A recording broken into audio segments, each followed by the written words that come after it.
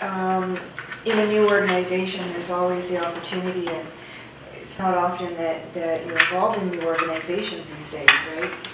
That's pretty fresh because organizations don't typically develop right now. It's more amalgamations and, you know, trying to put different histories together and that kind of thing. But I think that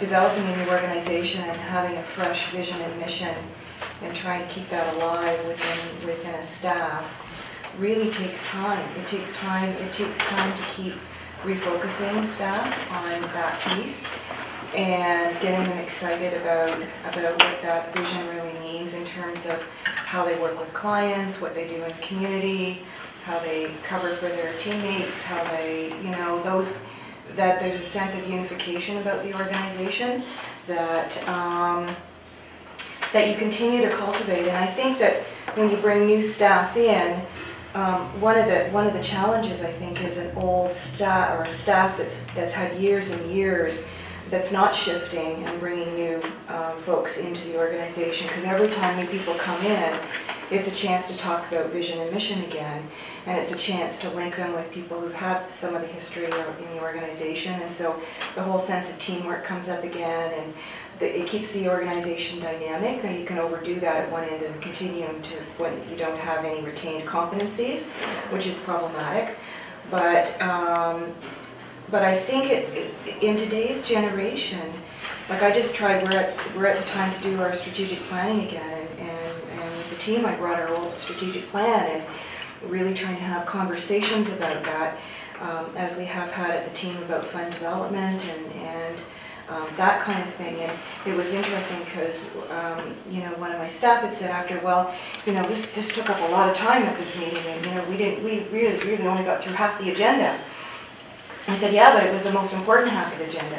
Do you know what I mean? So it's that sense of how do you create the energy and connection around the vision and still get all the work done. And it's that balance, I think, and the perception of, I think some of the younger folks coming in is very much, is that sort of, you know, you go from this to this to this to this, and it's that kind of, and maybe that comes from competency. I think it comes from sometimes not enough time, and I think as leaders we have to create the time and the place to have those discussions and try and quell the urgency about getting things done to create that time and place and have some of those discussions. And I think, going back to even something earlier, it's about philosophy. And I think there's a philosophy behind a vision and mission, and leaders and staff and everyone in the organization, be it small or large, needs to, in what they say and what they do, reflect the philosophy as opposed to reviewing the vision and the mission. I agree that's important. It's been my experience of late that, you know, as a new organization, we haven't yet developed our strategic plan. We've identified we need to do that. Historically, in the legacy agency where I worked here in Northumberland, we hadn't renewed or reviewed our vision, mission, and value statement in some time. Our management team previously was at a point that we were about to review it, then we went through quite a bit of change in our senior management team. We had a new executive director, didn't get to do it. And people would often say, well, we don't even have a strategic direction. And I must say, as a director of service, there were times when I thought, it's hard for me to develop a service plan that ties in with our strategic direction when we don't really have a new one. And what I really went to was, what are the philosophies that have been what Northumberland Children's Aid Society, as I've been in that organization. And the philosophy very much aligns with the mission statement and the visions and the values.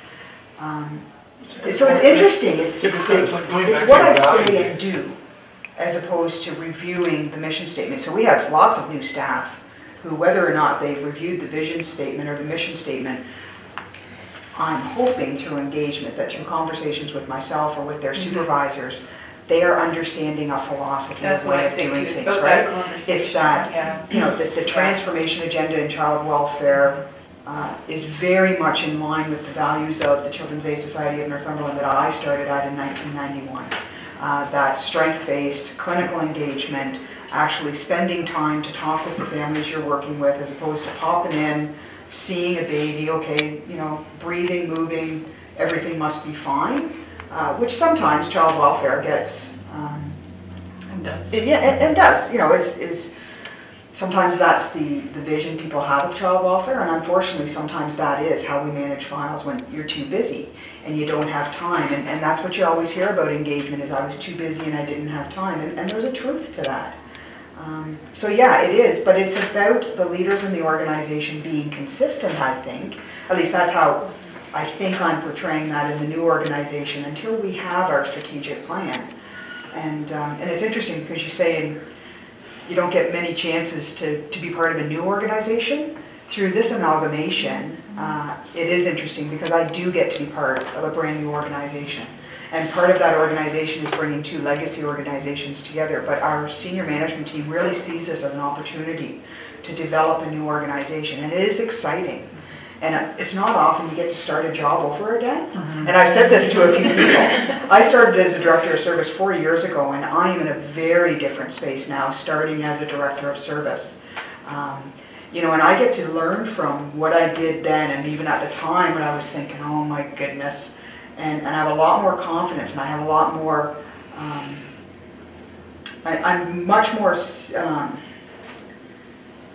confident in what I'm going to say. I'm much clearer with my expectations, and it's not that they're me, but I think they're going to reflect the values of the new organization. So anyway, I've talked a lot, but these are a lot of things that are resonating as I was hearing it around the table. But engagement is about taking time and having conversations, and I loathe email as much as I depend on it, and having the conversations is the important piece. Thank you, that's very helpful. You're saying that part of your leadership growth is you're doing it. You're learning by doing it and jumping in, but you're grounded in a value base that keeps you there, keeps you centered, and keeps you confident that you're okay with where you're going with it. But taking the time to reflect, which is why I really appreciated the invitation today, and it's interesting because both Susan and Linda, you know, I through the consulting they've been doing, I've been working with them on some projects, and it's always interesting because I can think of some conversations Susan and I have had. She's been at the office, and so we've talked about what we've needed to talk about, and then we just get chatting, and I've often, she'll say, oh, I'm taking your time, and you know, and as much as, you know, and then I start to think, oh, should I be wasting my time chatting? You know, and there's a small part of me that feels, oh, I should get to my next meeting. But I've said to her, you know what, I really enjoy this chatting at the end of our meetings because I find that valuable.